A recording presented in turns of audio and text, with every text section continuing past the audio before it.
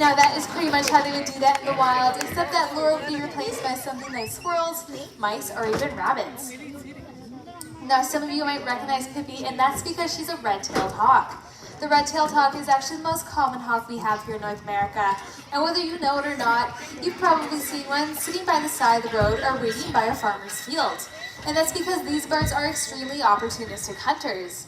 What that means is that instead of flying out to try to find their prey, they usually like to sit and wait in one place for their prey to come flying underneath them, so that they can glide down to the ground and grab them without using too much energy. Now some of you guys might be wondering what a bird of prey is, and this is basically any bird that has to eat another animal in order to survive. And that can include a lot of things like storks and vultures, and a lot of birds we don't tend to think about when we think of birds of prey. And that's because a lot of us are more familiar with raptors. Now raptors are a subclass of bird of prey, and they're characterized by their sharp cutting beaks and their strong talons that they use to hunt, kill, and eat prey. It would include the hawk we just saw, but also eagles, falcons, and our next bird, who's an owl. His name is Dauber, and he's a milky eagle owl. Now in just a second, Dauber is going to fly across the field, and hopefully when he does, you'll notice that he flies very low to the ground. And he's going to do that for a few reasons. The first reason he does this is to create a special type of wind turbulence that allows him to glide silently on top of it. Now that's the reason that owls sometimes get the reputation as silent killers. And there's that really nice glide of his.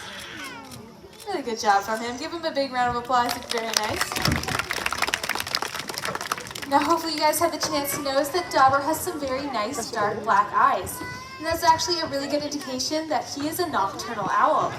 Now that means that this owl likes to hunt at night, and while we might be more familiar with nocturnal owls, we also have crepuscular and diurnal owls who will hunt during the day or in periods of low light.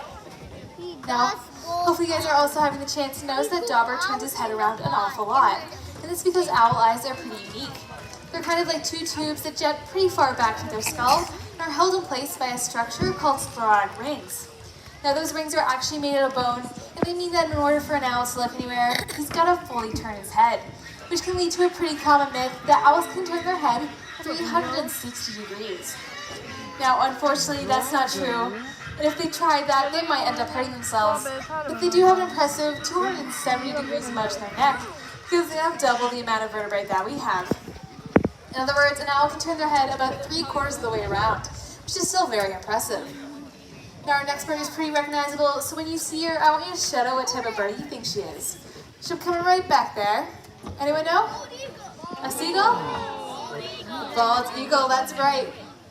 Now this is Juno, and she's one of our female bald eagles. In just a second, Juno is going to be showing us how she would catch an item of aquatic prey. Now in the wild, that's usually fish. It can also be waterfowl like ducks and small geese. Now I'll give her a second to finish her treat. Now to hunt, these birds will circle around a consistent body of water and wait for a fish to come to the surface.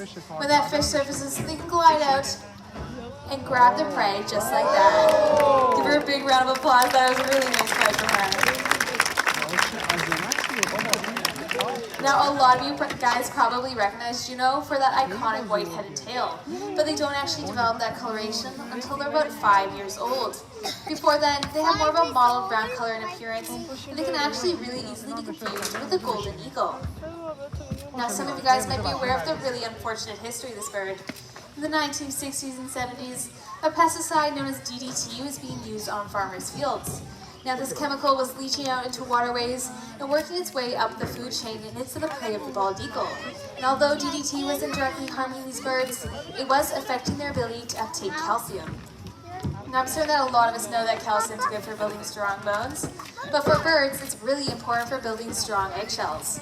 Without that calcium, these birds were laying eggs that were so weak that when the parents went to incubate them, they were crushed under their body weight. With no new babies to replace the older and dying generation, there was a sharp decline in the eagle population. It was actually so bad that in 1976, they were unfortunately placed on the endangered species list. Now luckily, we were able to recognize that DDT was the source of the issue, and through a variety of conservation programs, we've been able to increase that population back up to a healthy level. In 2007, they were removed from our endangered species list, and just recently here in Ontario, they've been removed from our species at-risk list. And that just goes to show how important and effective these programs can be at improving wild populations. Now we had a pretty graceful flight out from Juno, but our next bird is going to be slightly less graceful. You might notice that she does some pretty goofy things, including that she's a bit of a tripping hazard. Now that is actually entirely normal for Johnny because she's a striated caracara. Striated caracaras are native to the Falkland Islands, and there they have no natural trees or predators. Because of that, they don't really need to fly around too much, and they've developed a higher body weight to help them float over rocks and forage for food in the wild. Now that higher body weight doesn't mean that they can't fly. She'll go ahead and show us. It just means that when it comes to solving puzzles, like this flower pot, she's got a bit of a step up. Just like that. Now that foraging ability is actually the reason they're the smartest raptor species in the world. And they're so smart that they know if they hunt in a large enough group, they can take down an entire sheep. Now that is pretty impressive because that bird is only about 3 pounds. Now as impressive as that is for us, it's not quite so impressive for the sheep farmers on the Falkland Islands. And they unfortunately begin to hunt this bird nearly to the point of extinction. Now luckily, conservation programs have been able to step in. There's about 500 breeding pairs on the Falkland Islands today, but it just goes to show that there's still more work to be done for conservation efforts in the wild. Now for this next part of the show, when some of you guys walked in here, you guys got a little white card that should say Bird of Prey Volunteer. If you guys have that card, I want you to meet me at the front because you are going to help me with the next part of our show. Now you guys are pretty brave. We like to feed a lot of different things to our birds here, so thank you guys so much for volunteering, and say goodbye to whoever you came here with. Now do you guys see that rock wall down there? I'm going to have you guys run all the way down to that rock wall right there and make a nice starting line for me. Go ahead. Do you guys see the rock wall? We can all walk together, that's okay. Now I'm going to have you guys walk all the way down to that rock wall right there. Now our next pair of birds are scavengers, and that means that they really like eating dead things. Because of that, they've got to be pretty good at moving around on the ground, and they've actually developed a flat foot to help them do this. Now that flat foot means that they're actually pretty fast on their feet, so we're going to show off that feature with a little bit of a foot race today. Their names are Murphy and Kirby, and they're a pair of black vultures who will be coming right over there. Now they're going to fly back to the field and collect their treats, and while they do that, I'm going to tell you guys how to win our race. Now, if you guys can hear me all the way down there, I want you guys to hoot like an owl. Good job, okay. Now you guys are going to start all the way down there and run all the way up here this T-perch. And when you get here, I want you guys to give it a nice big high five because that's how I'm going to know who won our race.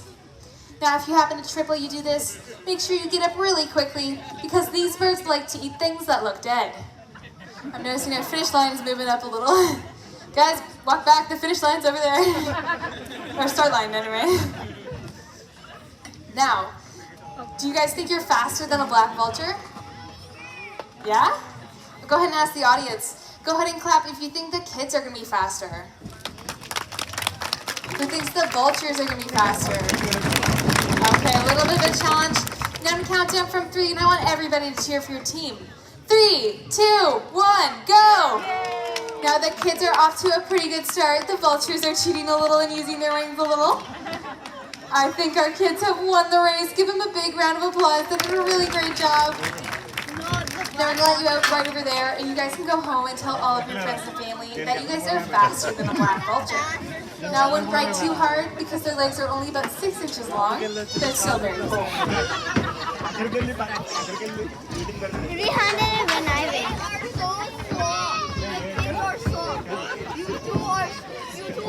Now we do that race for a few reasons, and the first is obviously to show that these birds are really good at moving around on the ground. But the second is to challenge a really unfortunate misconception a lot of people have about vultures.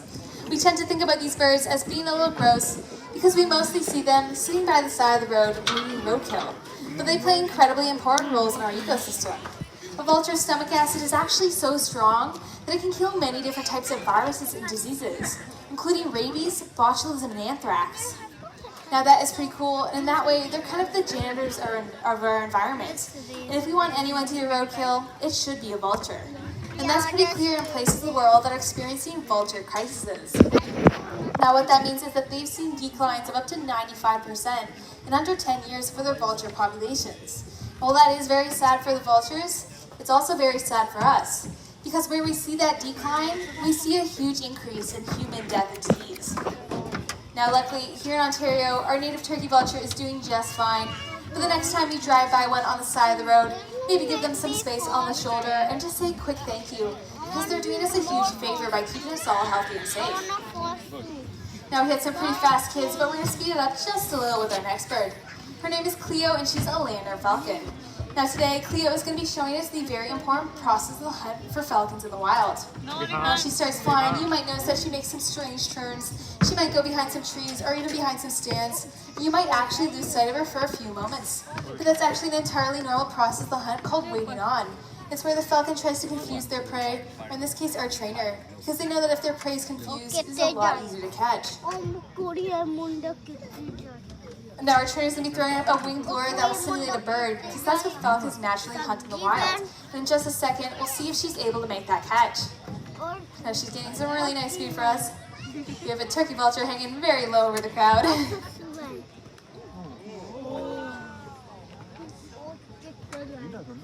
Now let's see if she can make the catch.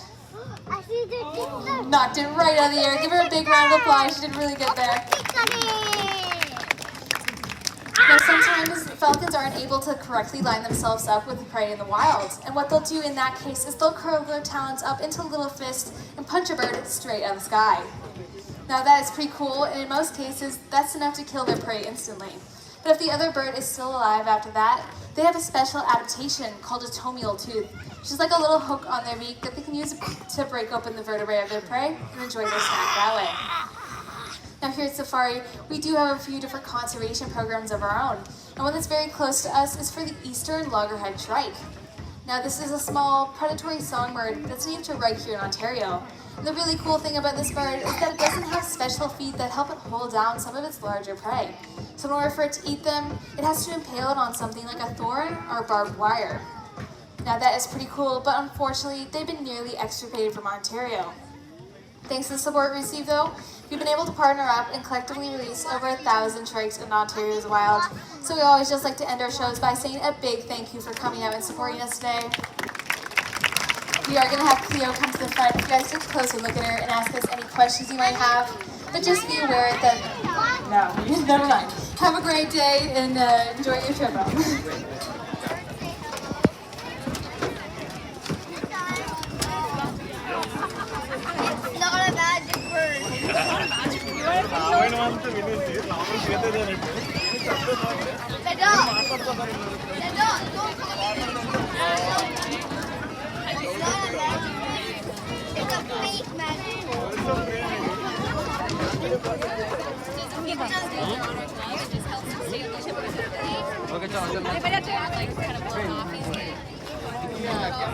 Distracted by something else in the sky, we're able to keep them on, park them and get them to somewhere safe if that's what needs to happen.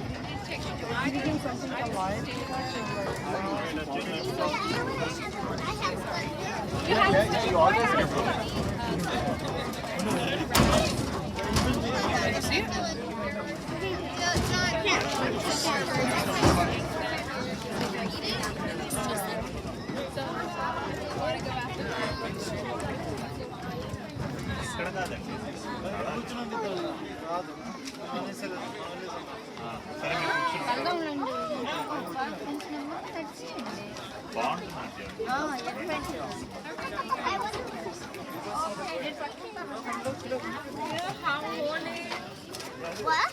You know how old he is? No. What?